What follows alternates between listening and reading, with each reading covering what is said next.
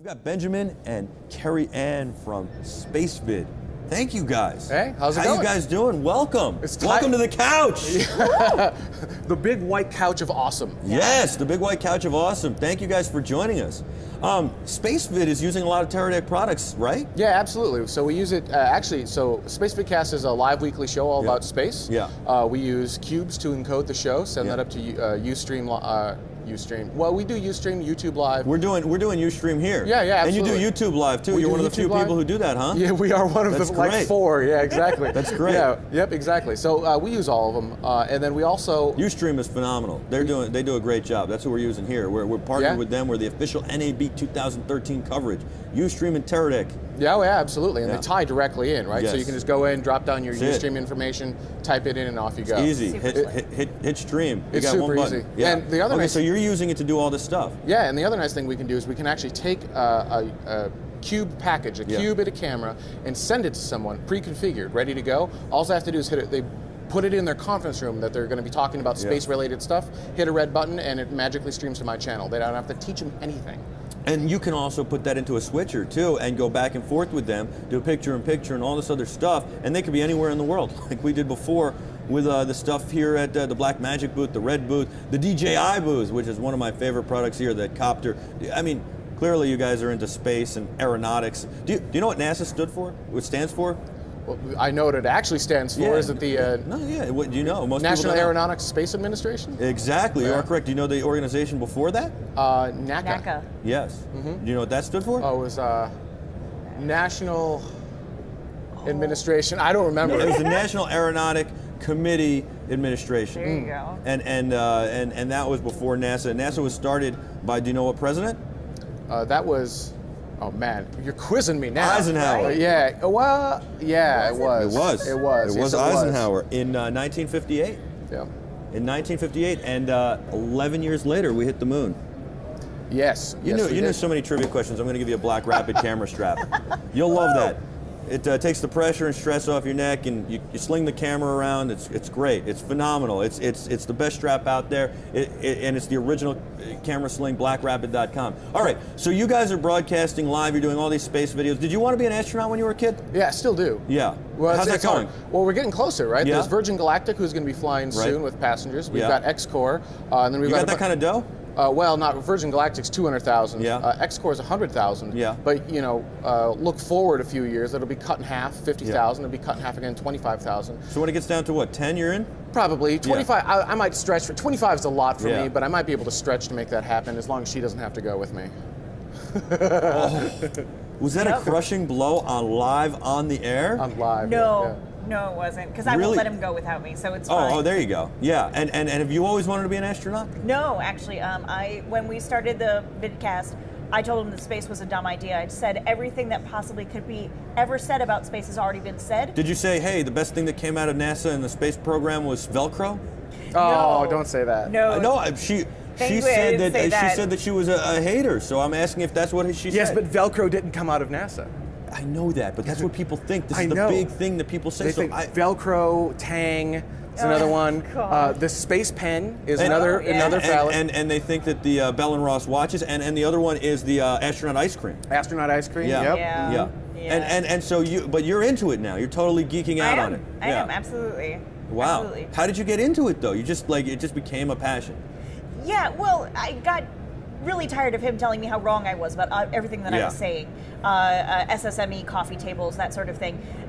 Space Shuttle main engine. Yeah, so eventually I had to learn. Wow, she I had really to knows educate the lingo. myself. Yeah. And as you educate yourself, it becomes more interesting. And you meet the people who are involved and the other people who really love space. See, here's the thing for me though. I watched the Challenger explode on live television. I was 6 years old. Yeah? I like space. I like the idea. I don't care if they make it $10. I don't want to do it. Right, space is hard, and It that's is something hard. that I It's think scary to some people me. kind of take for granted. Yeah. It's not easy, it's not routine by any stretch of the imagination, but there Yet. And they show me these wonderful images from space, so I'm like, hey, I got it. I'm good. And I know it's not like I'm going to land on the moon. Not in my lifetime will we like colonize and have hotels. It's not going to be like in the original Total Recall where we're on Mars. In your like lifetime, that will happen. Really? Come In on. fact, there is a company called Bigelow Aerospace. In fact, they're located right here in Las Vegas. Bigelow Aerospace makes inflatable space modules. They've got 2 of them floating right now in Earth orbit. That's amazing. One of their space modules. You really think that we could go like vacation on Mars or the moon? If you have enough money for now, yes. There are programs out there where you could buy it right now, and you could actually do Apollo 8 styles around the moon. You can do an Apollo 8 style. That meaning you go around. You don't land on the moon, but you do a figure 8 motion around it, which is what we did on Apollo 8. Same thing with Mars, if you have enough money to make that go. There are competitions from different companies to actually land people on Mars, and one company in particular, SpaceX, has said, look, our mission, the reason we're here is to put humans on Mars, and they are kicking butt and taking names. So yeah, I think not only within your lifetime, I think within the next 2 decades, possibly the next decade, you're going to see huge advancements in human space. Tell me about these inflatable things you were talking about. I didn't even know about these inflatable pods. I think of like, you can do one of those tents or maybe one of those things that people put on their lawn for Christmas. It's a little scary to me to be an inflatable pod. Is that what we're talking about? It's a little more advanced than that. I hope so. But yeah, it's this general concept. The part of the problem with space is your habitat is only as large as the biggest part of your launch vehicle, which isn't that big. It's big, but it's not that big. With an inflatable module, you stuff all of that into this big, huge fairing inside of a rocket, you launch it into space, and then it literally inflates, and it becomes substantially larger. And in space, there's no up, there's no down, so the entire volume inside of that is completely usable. So do you have to nail it down when you get there? No, I mean, you can use it, you can attach it to a vehicle and use it just as a living space on your way to Mars. Right. So instead of being in a little tin can for 6 to 9 months, you're actually in this, full. Oh, we're not going to get there faster, huh? Well, it depends, right? Right now, no. Right now, okay. no. And when you get there, you could live in this thing. Yeah, if you want. And you have to nail it down to the Mars surface, right? Yeah, you'd have to do something there. Yeah. Yeah, I'm not that good at that. When I go camping, I can't put the tent up. It's been a while though. And you really wouldn't want to screw that up on Mars either. That would be a bad. That would be a bad if thing. If that thing blew away, I'd be in trouble. You'd be in a lot of trouble. You'd be in a lot of trouble. It would be like the movie Armageddon. I'd just be like, all right, I'm here. That's it. Bye. Yep. I love that movie, by the way. Yeah, it's an interesting movie. It's fun. It's just fun. I It's love fun. like the old crotchety guys in the movie. that is fun. They're all curmudgeons. We're gonna launch on this spaceship. Yeah, they're gonna be like, tell them we don't want to pay taxes when we come back. Tell the IRS we're not paying taxes. Yep. We can't do that. We're not going then. Okay, make it happen. Oh, it's great. So what about the space program? NASA shut down pretty much. I mean, they still exist. No. Don't you dare say that. But NASA hold on. has not shut down. No. Let me just fighting finish. words. Go right ahead, but NASA's not shut down. If you want to do it, let's go. Let's just do it. Right on. Ding, ding, ding. Let's ring the bell. All right. So, no, it's not that they're shut down. That's a very big misconception, and it came out wrong. What it is they are no longer building, maintaining, and sending aircrafts into space. However, they are still doing the space program, and they are still supporting other programs, and they're sending stuff up to space on SpaceX and other programs. They're paying them to go into space. It's kind of like the mail does. The mail doesn't own airplanes; they're not allowed, but they rent them from FedEx. Well, they are building the Space Launch System, which is if built, will be the largest and most powerful rocket humans have ever built ever, even exceeding the Saturn V moon rocket. Okay. So that is a program NASA's working on right now.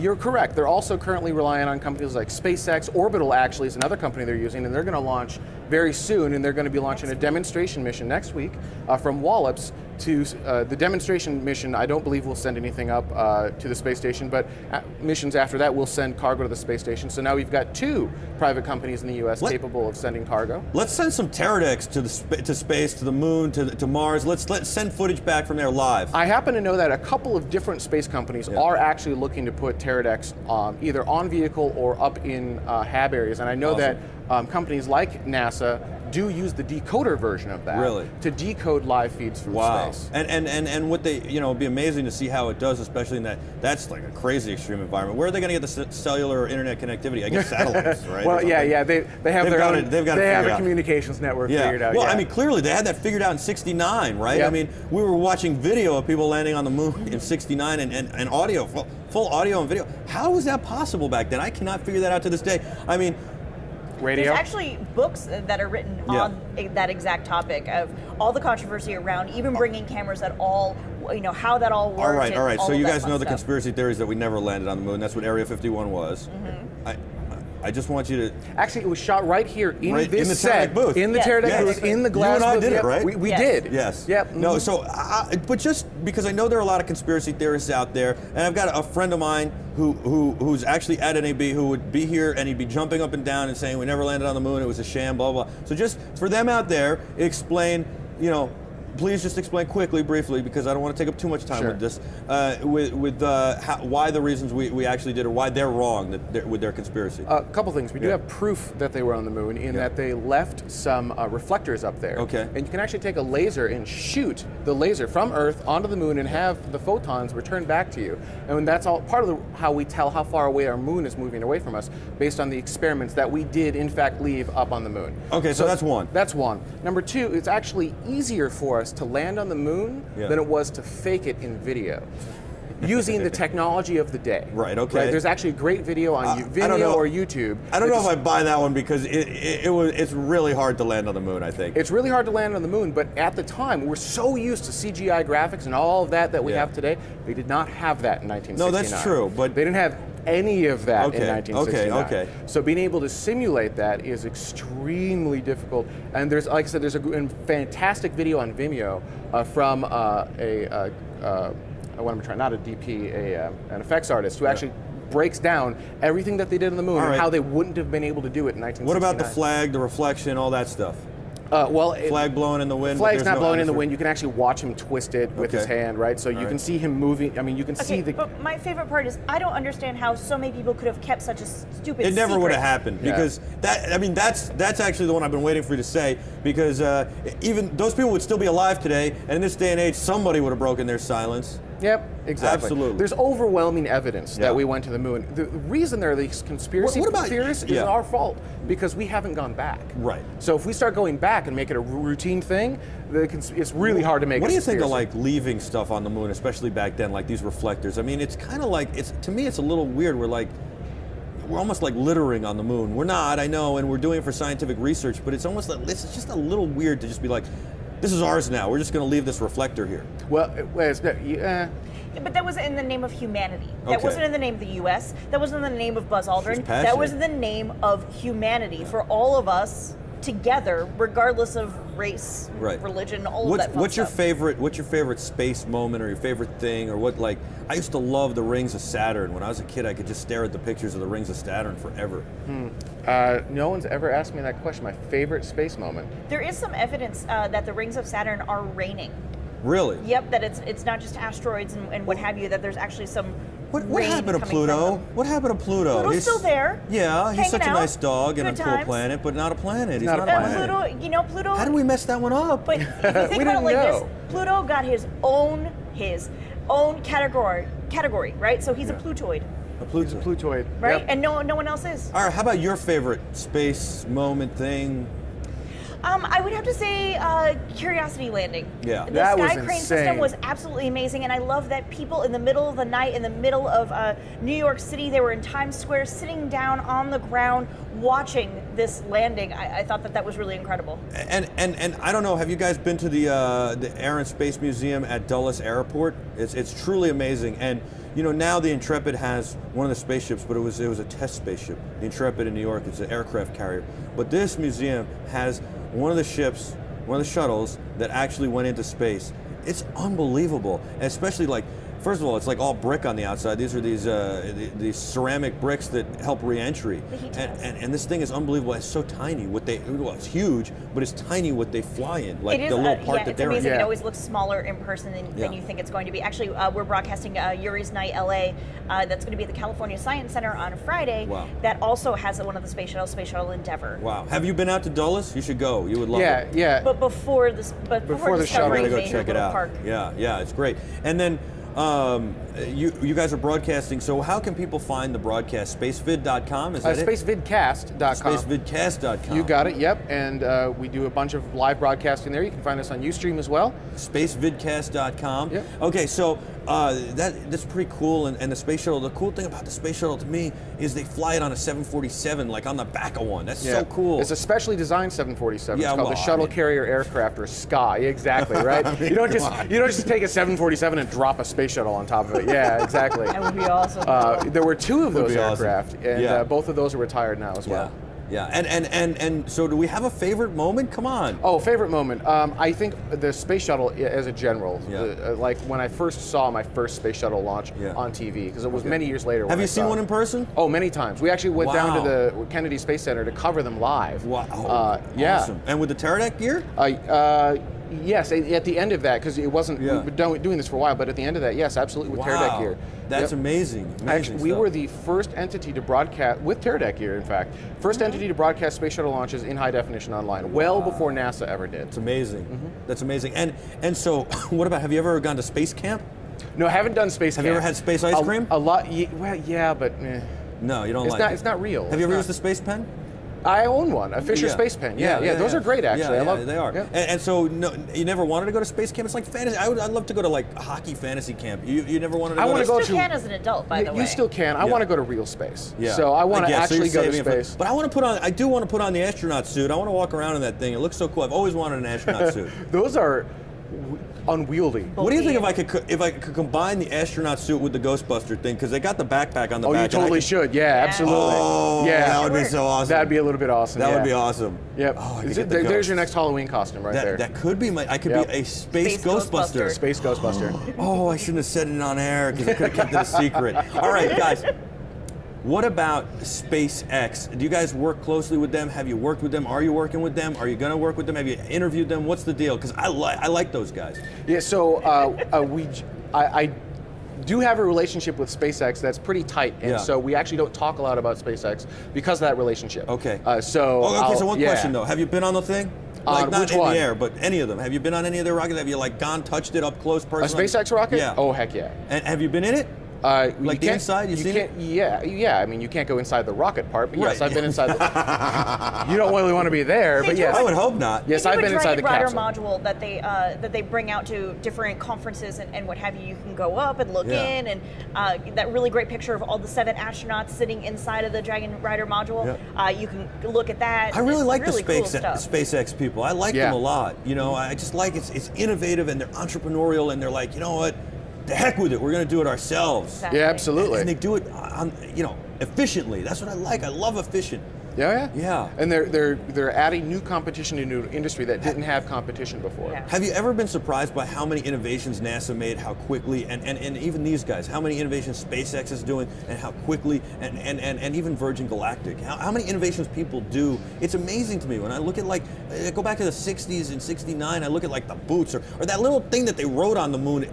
My first car was a Wrangler. It was better than that. I was like, I couldn't drive around the block. But your car didn't fold up into this size of something like a briefcase. But George Jetson's did. Yeah, George Jetson. When am I getting that, by the way? I don't know. I want one too, and it has to make that noise. That'd be so amazing. If it doesn't make that noise, I don't want it. Right, exactly. but I need, and I know that there are these flying cars out there, whatever. I need the one that folds into a briefcase. Yeah, exactly. Yeah. Yep. Mm-hmm. And so, what about the innovations? Are you impressed by how innovative we get with this stuff? It's bittersweet, right? Yeah. So we're so used to consumer electronics at this point. Yeah. You get a new like every second. You get a new iPhone every year. You get a new Android phone every 6 months. A new Teradek Cube every few months. Exactly. You get all this really great innovation that happens at a breakneck pace in consumer I electronics. buy a slider, then Edel Krone comes out with a better one. There you go. Kind of. But in aerospace, the timelines are measured more in decades than they are in years. So it takes a lot longer. But in that decade, we'll completely and totally change